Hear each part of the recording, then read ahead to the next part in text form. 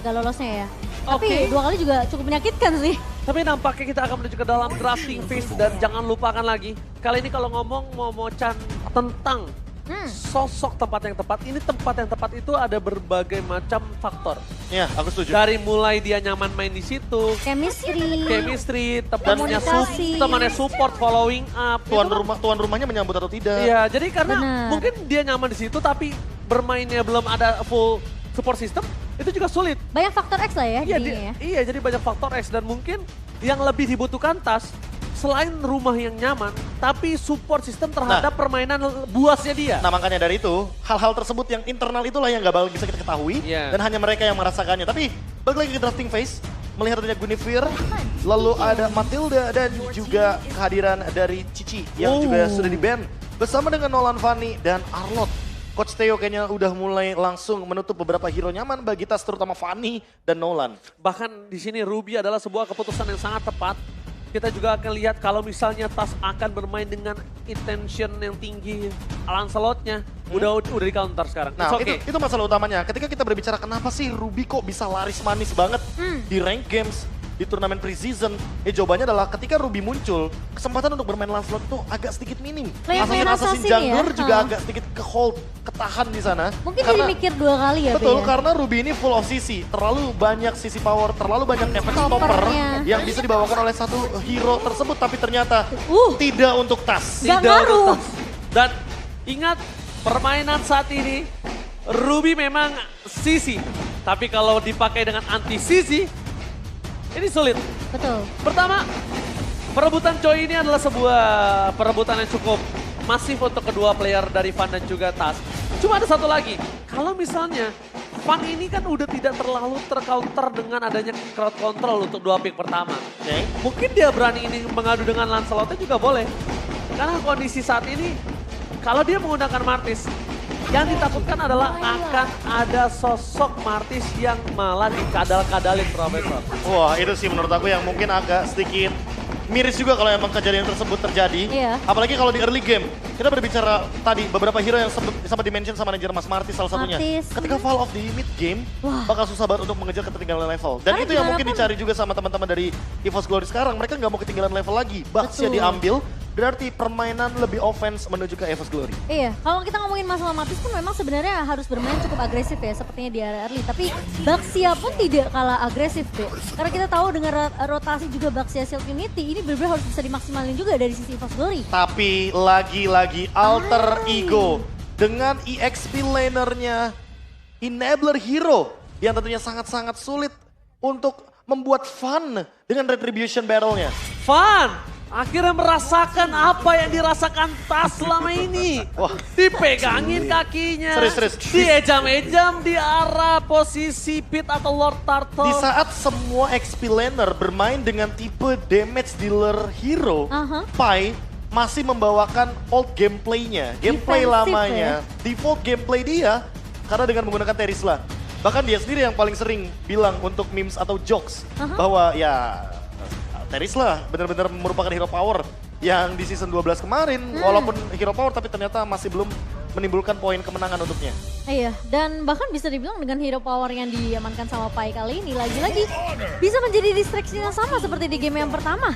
Dan menutup ke arah Tigreal tentunya tidak akan diberikan ke tangan dari Rasi karena mereka udah bisa ngebaca nih game pertamanya.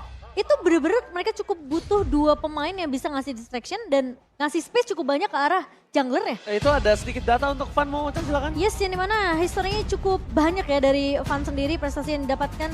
Memang kita ngeliat dari Hero Esport berhasil berada di posisi keempat, tapi posisi kedua di Kohai. Dan juga 2 kali sebenarnya ketika mereka bertemu di Hero Esport berada di posisi kedua, tapi di Piala Presiden ini berhasil untuk dapatkan title juara. Ya, lagi dan lagi kita akan melihat bagaimana match up antar Fan dan juga Tas yang sangat menarik sekali. Bedanya untuk sekarang kayaknya Fan akan lebih galak sedikit melihat potensi Baxia di early game. Walaupun match up lawannya adalah Angela dan juga Terisla. Terisla menurut aku bisa jadi kunci sebenarnya bagi Alter Ego. Karena dengan penalty zone, Baxia agak sedikit terseok-seok di tengah-tengah tim fight-nya. Tapi Super Red diberikan hero yang cukup ofensif, yaitu adalah Harit. Dan menurutku Harit adalah tipikal hero yang sangat-sangat mudah sekali untuk targeting ke arah Joy. Sehingga Joy akan menerima damage per second dari Chrono Dash Ini dimiliki oleh Harit ketika zaman Force-nya sedang aktif.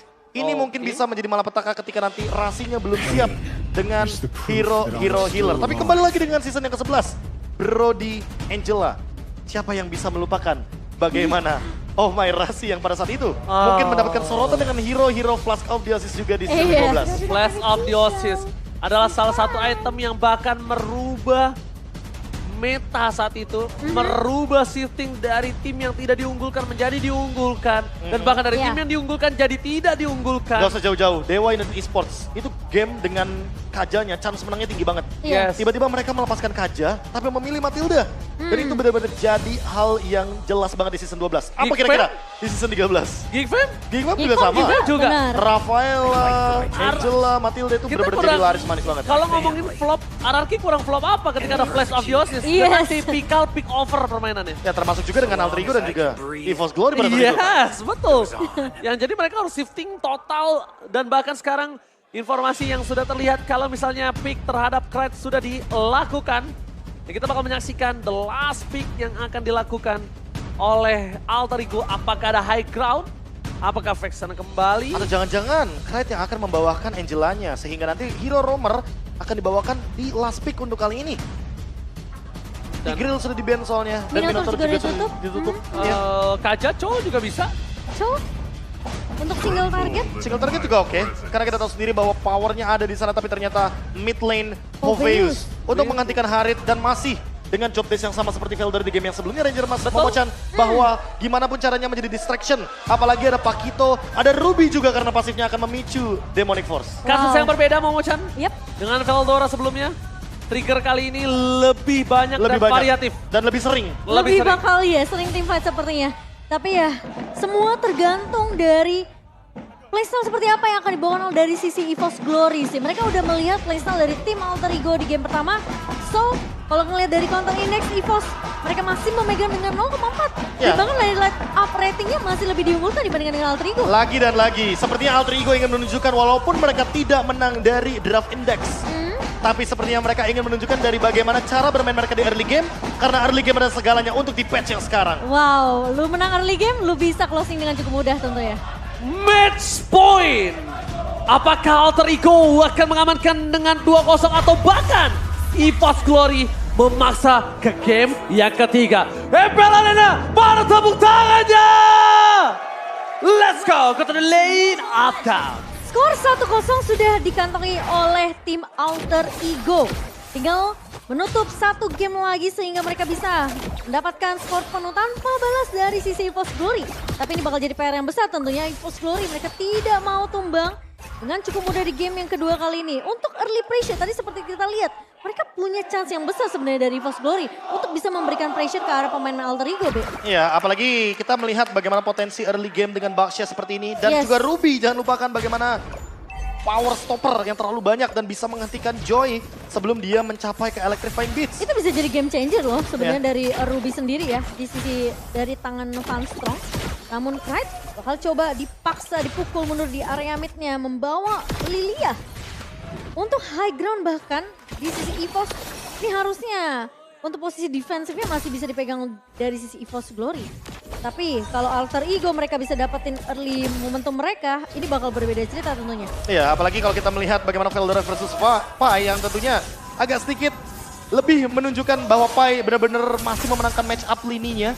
Dan Van dan Tas juga yang selalu bergerak dari 1.20 sampai dengan 1.40 untuk bisa melakukan clear bantuan di area XP lane. Karena setidaknya dengan memenangkan XP lane, match up di dalam teamfight Turtle itu bisa lebih dikendalikan. Apalagi untuk pemegang Retribution di early game, mereka sangat membutuhkan sosok kamuflase di depannya. Tapi nampaknya dengan adanya trigger teamfight di arah top lane memaksa Pai tidak akan penalty zone untuk terbang ke arah belakang. Karena kita tahu untuk mengunci sosok Warlord itu akan lebih mudah ketimbang mengunci sosok dari gold laner mereka. Tapi Pai udah gak ada lagi jalan untuk pulang. Flicker pun sudah tidak ada. Tapi Sakaratul Maut yang dimiliki dia sampai saat ini masih memaksa belum ada first blood. Sedangkan Rush di flicker for defensive. Krait belum terbang ke arah belakang karena dia menunggu momentum yang dimiliki oleh para pasukan dari tim Alter Ego. Agak sedikit terperangkap di sana nampaknya. Tas is coming up. Perbandingan kasusnya berbeda. Lihat Tas sangat coba ada Retribution dan bahkan Retribution. The power Tas Di depan sana para pasukan dari tim Alter Ego memaksa Tivan. Oh, dipaksa. Ke belakang. One last hit first blood. Malah di tangan dari Cry. The power of Retribution kembali beradu di sini oleh dua sosok jungler yang memiliki rivalitas dari kemarin. Wah, itu kesabaran yang benar-benar membuahkan hasil juga sih untuk Tas sendiri. Dia tahan, dia buka Electrifying Beats, tapi dia nggak langsung untuk menumbangkan pemain-pemain EVOS yang benar-benar lagi fokus banget di area turtle ya, Be. Dan itu alasan kenapa Joy sangat-sangat mahal di patch yang sekarang. Terlalu lama Electrifying Beats, 8 ketukan nada. Ketika Joy menggunakan ultimate-nya, dia benar-benar pure anti-CC. Dia nggak bakal bisa terkena efek stun, dia nggak bisa dihentikan oleh Van Strong. Walaupun mungkin kalau kita melihat dari sisi impure rage-nya saja, ini udah ada sedikit pokingan damage yang bisa diberikan. Iya. Tapi first blood-nya ke arah Van Strong. Dan menurutku itu adalah point kill yang paling mending daripada yang terburuk untuk EVOS Glory. Karena mereka udah kehilangan turtle yang pertama. Van tentunya akan sedikit ketinggalan dari sisi level kalau dia tidak catch up atau tidak melakukan ganking di early game seperti ini. Karena tujuan dari pick Baxia adalah bermain dengan galak dan menghentikan bagaimana dominasi sebelum nantinya Tas mencapai power spike tertingginya. Oh, Rasi yang coba dipaksa, tapi di sana Tas bakal coba untuk membantu. Rasi meskipun dia hilang, tapi free para pasukan dari tim Alter Ego, El Familia memaksa para pasukan dari tim EVOS Glory untuk mundur. El Familia, ketika satu keluarganya ada yang tersentuh, mereka langsung masuk dan bahkan kehilangan fondasi mereka di arah mid lane. Itu rugi dibandingkan Rasi, Profesor. Ya, apalagi ini kerugiannya adalah Warlord yang ditumbangkan, ditukarkan dengan Rasi. Ini tidak worth it sama sekali. Tapi setidaknya ada pundi-pundi kill yang dikantongin sama EVOS Glory daripada tidak sama sekali. Setidaknya juga tidak terlalu benar-benar kehilangan satu pemain aja ya dari pemain-pemain EVOS sendiri. Mereka berhasil untuk menculik Rasi. Dan bahkan ketika I'm Offended digunakan, langsung terlihat gimana pergerakan Nino benar-benar agresif banget bisa menumbangkan pemain-pemain dari EVOS. Dia pun gak ragu dengan Dia nggak ultimate-nya. ragu sama sekali, Be. Dia siap dengan Torn Apart Memory. Dan kali ini perbedaan level sudah mulai terlihat. Lihat Ada Tas. Tas level ke-8, level 2 untuk Electrifying Beats. Yang tentunya ini akan membuat perbedaan gap terhadap Battle Retribution kita di turtle yang kedua. Oke, tapi Pai kali ini agak sedikit berbeda. Dia udah standby out position. Dengan flicker yang dia miliki, reset kembali pun terjadi. Van masih menjadi sosok frontliner yang menerima semua yang akan diberikan oleh para pasukan dari El Familia. Langsung udah standby di atas kepala dari Tas. Tabrakan oleh sosok Van. Tapi nampaknya para pasukan dari tim Alter Ego El Familia memiliki pivot ke arah belakang. Pai masih bisa selamat, tapi Electrifying Beats kembali terjadi pelepasan. Aduh, Retribution di tangan Vas. Perbandingan level kali ini yang tidak terjadi. Tapi semuanya akan coba dihantam kembali. Looking for triple kill. Mereka tidak akan melepaskan Van untuk pulang. 3 hilang. Melepaskan turtle. Mereka tukarkan dengan komoditi yang lain. Pertukaran yang gak adil, Profesor KB. Untuk EVOS Glory kehilangan 3 pemain. Dan bahkan tadi pun posisi Pai gak tumbang. Wow, lagi dan lagi trade kill, trade objektif yang tidak fair sama sekali. Pertukaran Gak terhadap adil. turtle Gak adil. ditukarkan dengan 3 poin kill yang sangat amat mahal, termasuk dengan Van-nya lagi. Walaupun dia kalah dari segi level, tapi Battle of Retribution-nya Wow. ternyata masih on Masih point. bisa diadu ya. Van! Data berbicara. Data berbicara benar. Ketika kita berbicara season 12, Van memang berada di atas dari Tas untuk Battle of Turtle. Yes. Tapi untuk kali ini ternyata Tas membalaskan dengan pundi-pundi objektif yang lebih on point. Dia incer point kill. Dia trade apapun yang sudah keluar dari kubu EVOS Glory. Sehingga dengan Electrifying Beats yang tersisa dan Heartguard yang menyangkut dari Cry tentunya ini tadi juga sempat hadir dengan menggunakan Demonic Force juga. Rasi, Tas, Cry, ini triangle alter ego tidak bisa diremehkan kembali sepertinya. Gila sih, Electrifying buka udah nggak ada udah bisa dibilang ada anti-CC, Heartguard juga, shield tambahan yang kan efek Ya. kill juga dari Rasi. Bahkan mereka cuma butuh Pai. Jadi sandbag-nya aja di area depan. Apalagi Udah jadi Udah jadi sandbag-nya sebenarnya. Cuma saat ini kondisinya ketika EVOS ada sandbag dari Alter Ego, mereka untuk melumpuhkan Pai agak lama. Waktu yang dikeluarkan cukup banyak. Ketika udah ada yang harus fokus ke arah turtle, fokus teamfight, defensif. Jadi mereka kepecah belah. Sedangkan kondisinya, Tas tinggal satu fokus retribution, dia gagal, dia ganyang belakangnya. Ya. Dia makan backline-nya. Untuk apa? Barter. Iya harus barter. Harus barter. Barternya antara bener-bener adil atau bener-bener mereka untung banyak, Be. Dan kalau misalkan melihat dari keuntungan yang didapatkan, ini kayaknya goldnya bakal sedikit swing ke arah alter ego.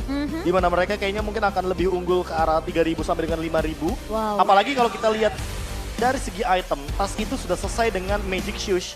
Ditambah lagi dengan Starlium Sight, Momo-chan. Iya. Jadi dia udah punya cooldown reduction, ditambah dengan Purple Buff 30%. Iya. Ini udah sangat-sangat menguntungkan sekali untuk Joy. Dengan cooldown yang lebih singkat, Electrifying Beats-nya lebih lama. Ini akan membuat nantinya tas bener-bener strong banget dalam teamfight. Tarik ulur yang Alter Ego sih yang menurut aku kayak bener-bener bagus banget ya dilihat di game yang kedua. Meskipun mereka nggak terlihat bener-bener kayak solid banget karena mereka nggak ngebawain roamer yang bisa nebe di area depan Iya, seperti di game pertama. Mungkin itu pembedanya. Itu karena dia pembedanya. mereka membawa Angela dengan Benar. bermodalkan badannya ada di Sirpai. Yes. Yang dimana nantinya fokus dari Rasinya ini yang aku pertanyakan juga, apa yang bakal dia build up nih untuk kemenangan seperti ini. Karena ada dua item yang menurutku sangat cocok dalam kondisi seperti ini. Ada Fleeting Time, agar nantinya tas lebih bisa sering diselamatkan Benar. dengan menggunakan cooldown reduction Dari instannya. Hardguard. Atau jangan-jangan Flask of Theosis. Karena menang level otomatis, makin mendekati level yang ke-10, dia bisa mendapatkan 1000 heal up langsung, gratis. Dan shieldnya juga. Dan shieldnya, tapi ingat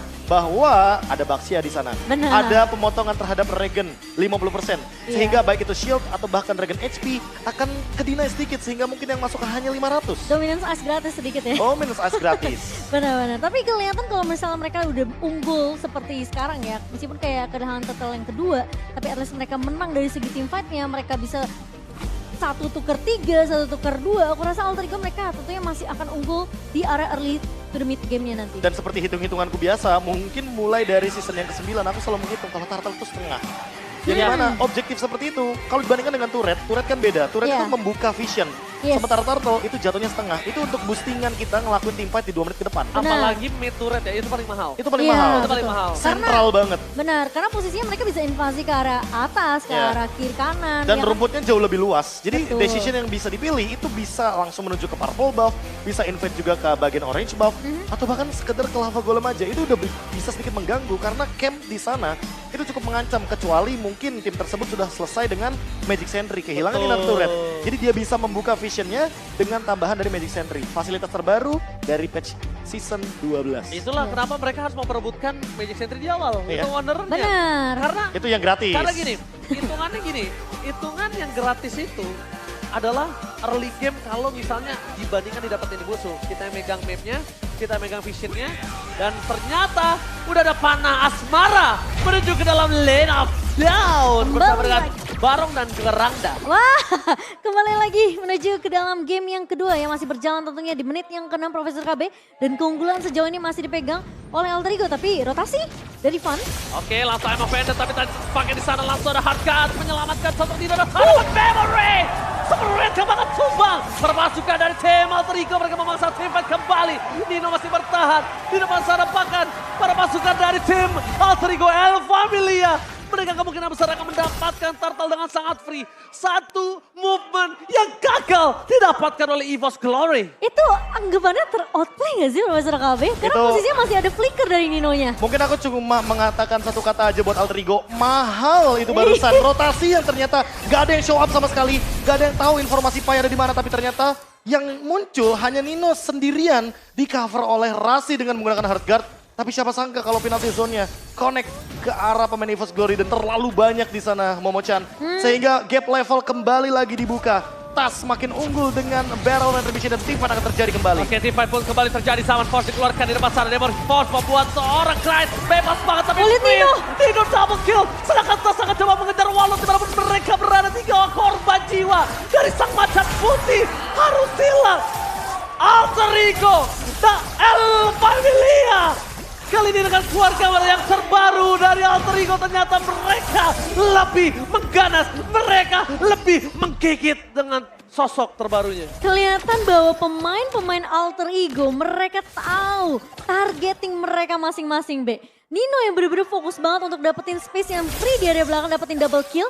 Tapi ketika dia melihat satu pemain dari EVOS yang mencoba untuk lari, Nino nggak ikut mengejar ke arah dari Tas sendiri. Karena Tas udah bener-bener bakal di cover dengan Hardguard yang dimiliki oleh seorang Rasi. Cover demi cover dilakukan, tapi offensive play-nya tidak dilupakan. Karena apa? Karena ada si Halbert di sana yang membuat Nino lebih memiliki damage yang tinggi dibandingkan teman-teman dari EVOS Glory lainnya. Apalagi dengan torn apart memory area of effect yang terlalu banyak. Stacking up yang dilakukan oleh Nino juga dari early game sangat-sangat membantu dia.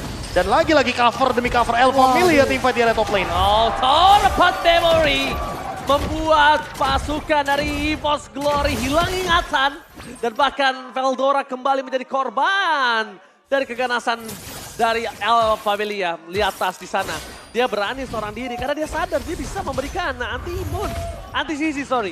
Dan saat ini, fun fact ya, silakan Momo-chan. Fun fact bagi gue yang dimana dalam 2 game EVOS Glory memenangkan early to mid game potensialnya dibandingkan dengan Alter Ego yang berada, kita udah ngeliat dari draft indexnya tadi. Tapi ketika dalam eksekusi, ini trio midnya dari Alter Ego bener-bener lebih solid, lebih kuat. Dan bahkan bisa dibilang komsnya bener-bener terlihat jelas banget.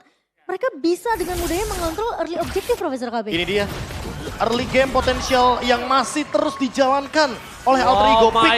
Pick off masih dijalankan kembali. Pick off yang dilakukan, dive in langsung ke dalam turret. Dan bahkan para pasukan dari Alter Ego mereka telah menguli 7.000 gold. Menuju ke arah lot pertama yang mereka miliki. Dan bahkan Tas, the untouchable Tas kali ini. Di game kali ini benar-benar perkasa. Gak cuma Tas sih Ranger Mas, tapi Nino yang benar-benar sulit banget untuk disentuh. Dan sebenarnya udah mulai kelihatan ya playstyle yang dibawakan oleh pemain dari EVOS Glory. Karena rotasinya ini akan bermula dari Van terlebih dahulu. Baxia Shieldnity yang bakal menabrak pemain dari Alter Ego. Dan langsung di follow up dengan adanya M Offended dari Van Strong. Tapi counternya sudah sangat siap sekali. Itu dia. Di menit yang ke-10 Heartguard ready. Dan bahkan Bloodwings dari Tas. Dia sudah memiliki magic damage yang sangat-sangat tinggi di early game. Di menit yang ke-10 dengan Electrifying Beats. Yang tadi 30% cooldown reduction. Kali ini Lord diamankan oleh Nino dan tentu akan mendobrak kembali lini EVOS Glory.